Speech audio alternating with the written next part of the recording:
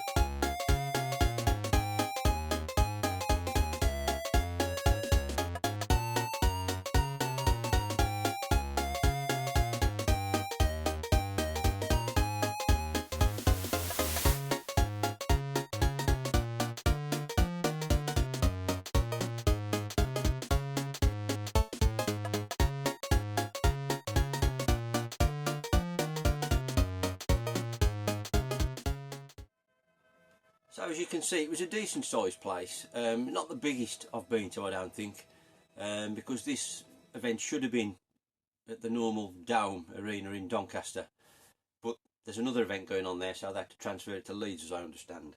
I don't think it was quite as big as the Doncaster event, personally, but I don't think there was a great deal in it. Great event, really busy, loads of people all day, even up until closing really at 4 o'clock. There was a constant flow of people, and it only really dropped off in the last half an hour, but there were still people in there right to the death. And it was a good event all round, I would say, aside from when it came to packing up and sort of loading the stuff into the cars, and that was an absolute shit show. Piss poor organisation. They had like the security team from the venue coming round to all the store holders before 4 o'clock when the event was still open, saying you've got 25 minutes to get packed up and get your gear out, and you've only got 15 minutes to load your car. And the loading bay was so small, everybody couldn't get their cars and vans in at the same time, so people were leaving stuff outside. Good job it wasn't raining. It was a disgrace in my opinion, but aside from that it was quite good. So anyway, on to the event. Really good, really enjoyed being on the other side of the fence and seeing one of these events from a different point of view, as a stall holder kind of scenario. It was quite nice, it was really different, seeing it from the other side, so I really enjoyed it. Thanks to Craig for asking me, really appreciate it, really good fun. Saw a few people, obviously, while I was there, so it was good to see everybody. I'll try and mention, if I can, everybody. Apologies if I forget somebody. But I obviously saw Stu because I travelled up with him, and obviously saw Craig because I was helping him on the stall. But then also saw Eddie and Dylan because they got a stall at the last minute, so Eddie was stalling again. So I had a good chat with him. Great to see him. And then in a punter capacity, also then saw Sean Retro Games Revived, saw Alex Griffo's what's Griffo's channel? Griffo's Retro Gaming. So yeah, I saw Alex anyway. Great to catch up with him.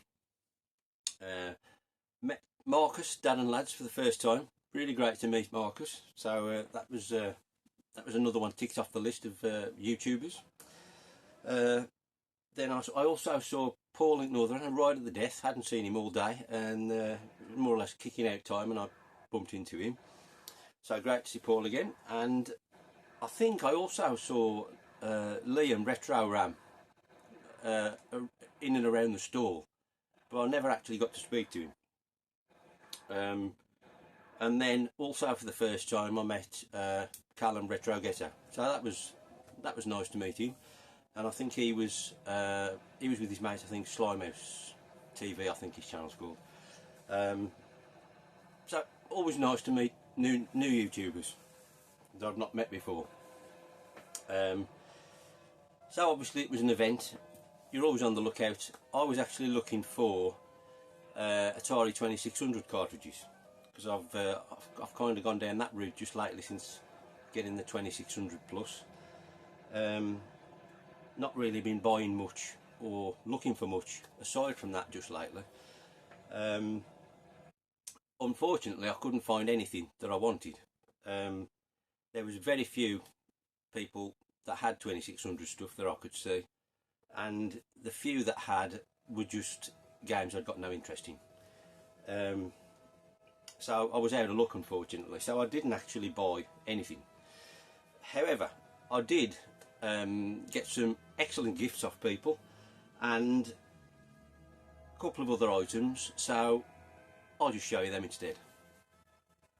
This first one kind of came about via a conversation me and Stu were having on the drive up, because I was talking about 2600 to him, and the fact I was watching this game on eBay last week, and the bidding had gone crazy on it, and I didn't even bid because the bidding went stupid. And then part way through the day, Stu came up to me and he said, "I found that game for you." And so he very kindly bought me a copy of Miss Pac-Man on the 2600, which allegedly is the best version of Pac-Man on the 2600. Not tried it yet. It's a player's cartridge, I think, as Stu referred to it, as in it's not the greatest condition, but chuffed to have it. I'm not too fussed about condition really on Atari stuff. I'm only buying them to play. As cheap as possible, I'll do as long as they work. I haven't had time to try any of these yet, obviously, but awesome gift. Cheers, Stu, much appreciated. I will also, I should have said, I will try and put a link to all these people in the description that I've mentioned. Should you want to check out their channels, I'm sure if you're watching me, you know who they are, but if not, check all these guys out in the description because they're all fantastic channels. Next up, we got an amazing gift off Dylan. So again, cheers Dylan, much appreciated again. He gifted me 3 PS1 games, all Japanese, obviously because he knows I like Japanese stuff, and they're all racing games. So the first one he gifted me is, I think it's Tooge Max 2, yeah, Tooge Max 2, which I think, I don't know if this is the one, there's so many of these it gets confusing. I don't know if this is the one that's, I don't know, is it I don't think it's a Tokyo Highway Challenge but battle game. I don't know if it's something in the, it's something to do with the Peak Performance series I think on PAL, but I think there's more of them in Japan. Anyway, it's in that kind of area. So looking forward to trying these, and they're all in nice condition. And then the next one is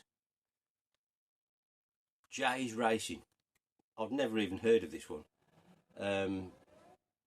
So again, it looks quite similar from the pictures on the box to Tooge Max, but I don't know, looks kind of cool.